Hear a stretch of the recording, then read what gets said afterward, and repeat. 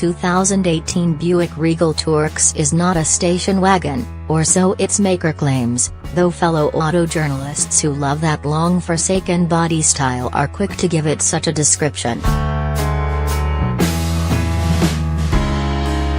Call it whatever you call the Subaru Outback, Audi Allroad, or Volvo V90cc, because this is the new model for those who want something a bit nicer and more upscale than the former and can't afford the latter too. For that reason alone, it earns our respect as a not boring car. Its cargo capacity of 73.5 cubic feet with the rear seat folded tops the Lincoln MKX, Acura RDX, Audi Allroad, and Volvo V60cc, though it's capacious more because of the load floor's length than its width, which is hampered by more intrusive than usual wheel wells and a fairly narrow liftgate aperture.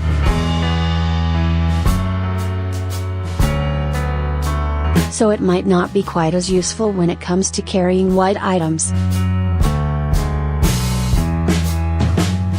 Perhaps this is due to limitations of the new Regal's design. Like the outgoing model, it was first an Opel Insignia.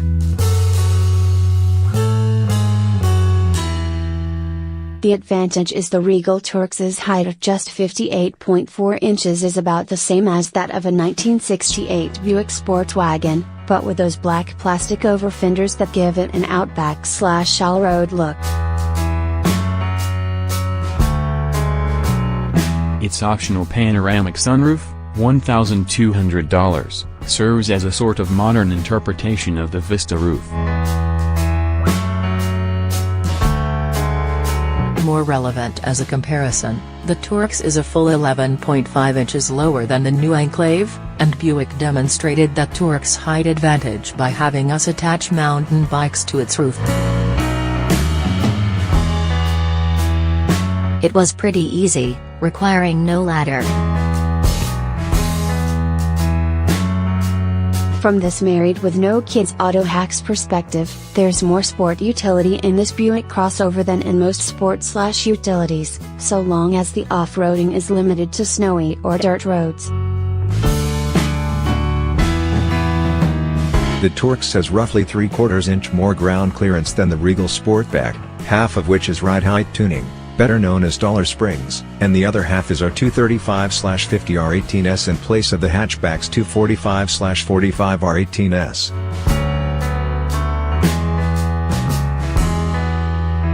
Buick demonstrated this with a total of 10 miles on red dirt and gravel roads near Sedona, though of course we didn't dare try anything more rugged.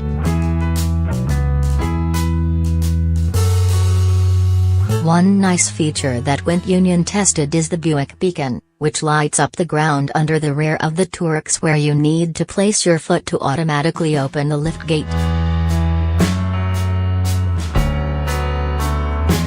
That tightish width between the wheel wells would make for a narrow third row, which in the tradition of 1960s-70s wagons would be rear-facing.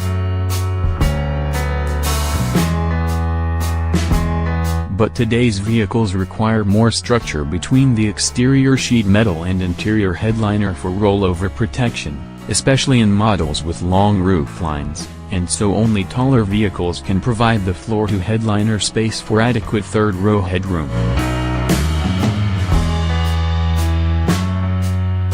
Second-row headroom in the Buick Regal TourX is excellent, however, and leg and elbow room are good, too.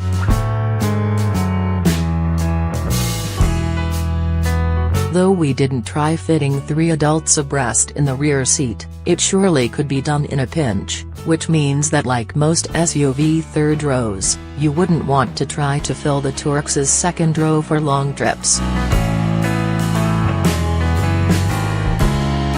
Compared with the Buick Regal Sportback, the TourX is 3.4 inches longer in overall length, and 1.1 inches taller. It's just 1.1 inches shorter overall compared with the full-size La Crosse, and it means that the Regal TourX gets some very nice proportions which, to beat a long dead horse, could only be improved with the rear-wheel drive -2-axle proportions of the General Motors Alpha platform, out of which Buick has long been screwed. A rear-wheel drive platform might make dynamics a bit more interesting as well by moving the torque bias to the rear.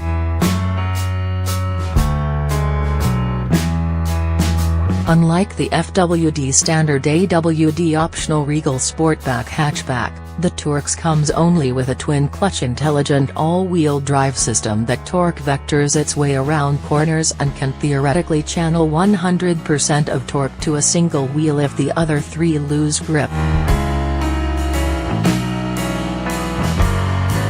As with the AWD versions of the Sportback, the TourX comes with a nice in 8-speed automatic as the only transmission choice.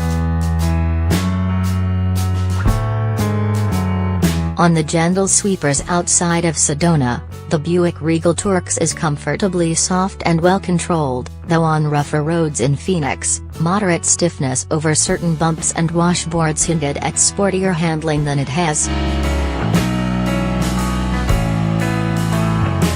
There's nothing in the TourX's dynamics to prompt any rally driving moves.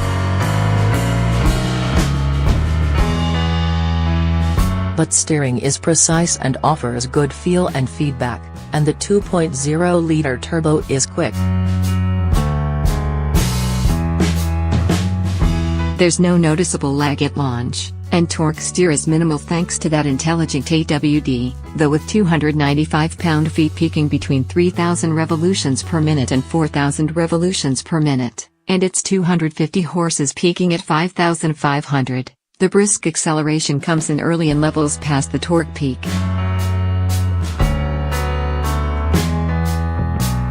Buick is known for its quiet tuning, of course, and compared with the Opel/Vauxhall Insignia with which it shares its design and German assembly line, the main QT component in this case consists of insulating foam inside the Continental tires, which our pre-production testers did not have. There's also an active noise cancellation system and QT acoustics. The right tires or no, the car is quiet and smooth on Arizona highways, with just a tad bit of turbo whistle making itself known about 2,500 revolutions per minute.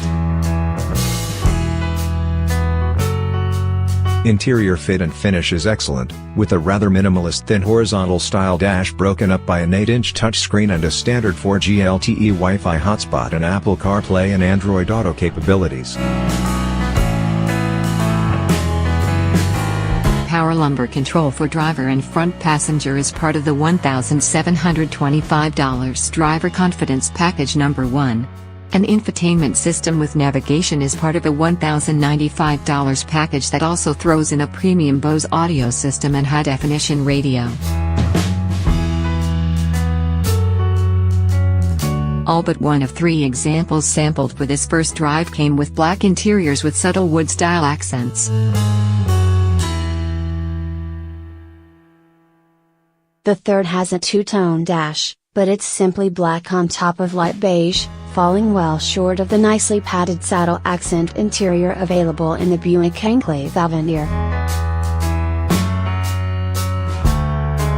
There will be no Buick Regal TourX Avenir, of course, and the plan to build the new Regal in Germany alongside the Opel and Vauxhall versions came long before GM sold its European brands to PSA Peugeot Citroën. Buick says the contract with Peugeot Citroën will provide as many Regals as demand requires, and based on early dealer orders, some 30% of them will be TourX models. So what is this Buick that enthusiasts want to call a station wagon?